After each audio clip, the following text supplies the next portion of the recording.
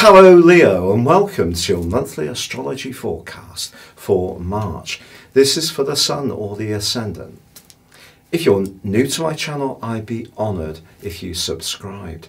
This month begins with the Sun and Mercury in your 8th solar house, governed by the sign of Pisces, which of course is watery and mutable, that is, it flexes.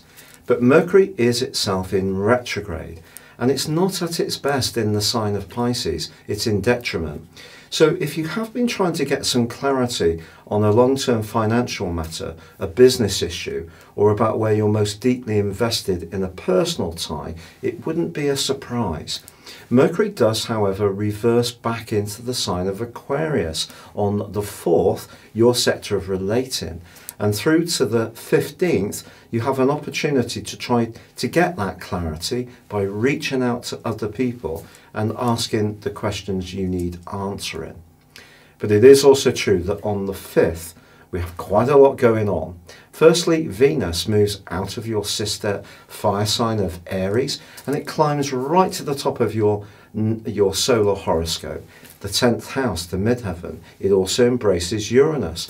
This could be interesting as far as your working situation is concerned. In the following 5 days, a surprise offer or opportunity can come your way. If you're single, you could meet someone from a different age group. If you're involved in a relationship, it's possible that if you have been feeling that things are a little dull, that maybe it's down to you to take the lead to reignite the passion. But also on the 5th, the Sun goes into a conjunction with Neptune, which goes on to the 12th.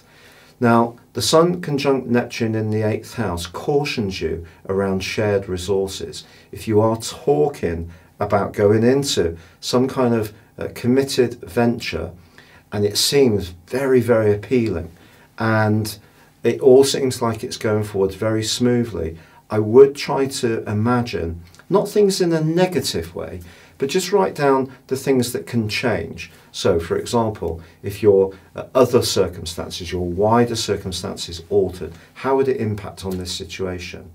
Ask yourself the question, do you know all the facts and figures about this situation, or is someone in any way just slightly enthusing you with the sheer majesty of their idea, but not really giving you a sense of knowing absolutely the concrete what's what?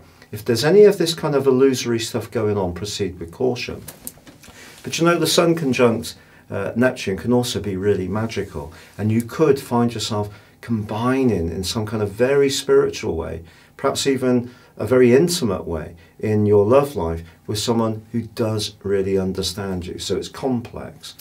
But with Uranus also combining with Venus across the same period of days, you've got two very big sets of energies from the 5th.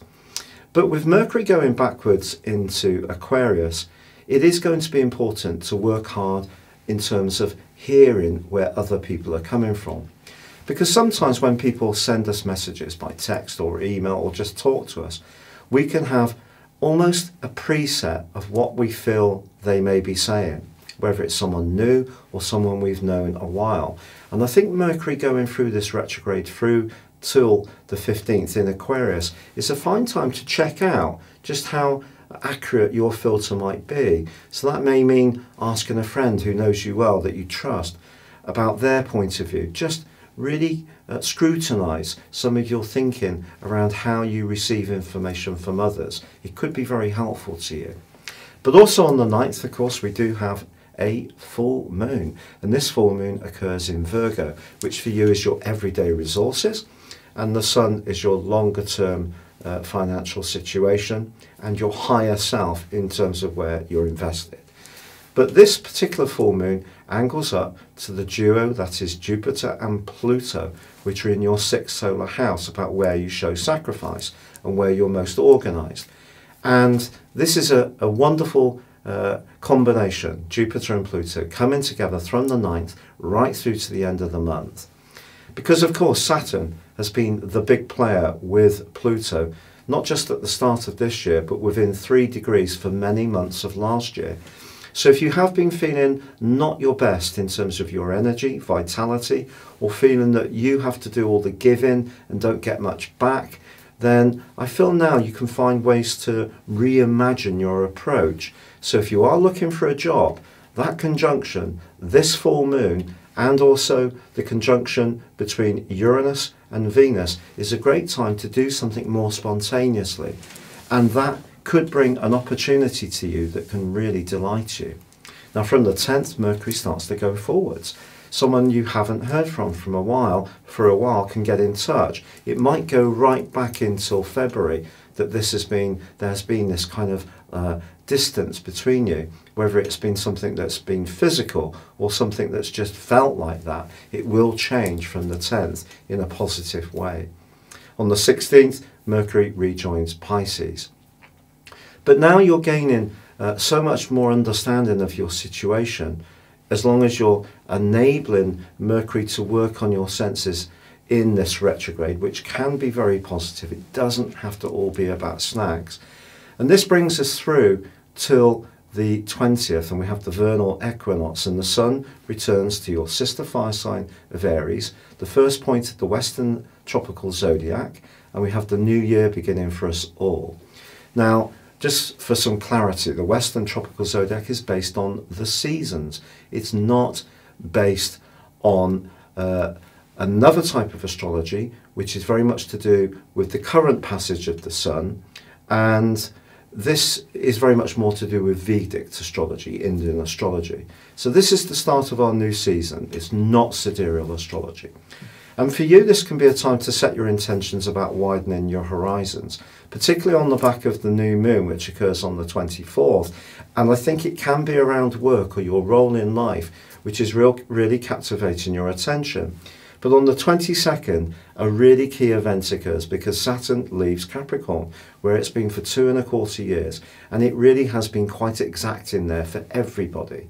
Now, Saturn always has a mission, and that mission is to teach us things. So it moving into Aquarius through till the end of June is really for you about learning more about your interactions with others.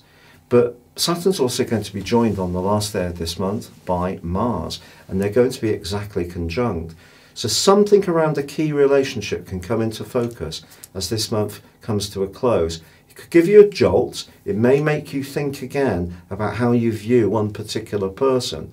But generally, once Saturn moves into Aquarius on the 14th of December, where it would be for the following 2¼ years, that's going to be a big journey around relationships in general, and it just begins at the end of this month.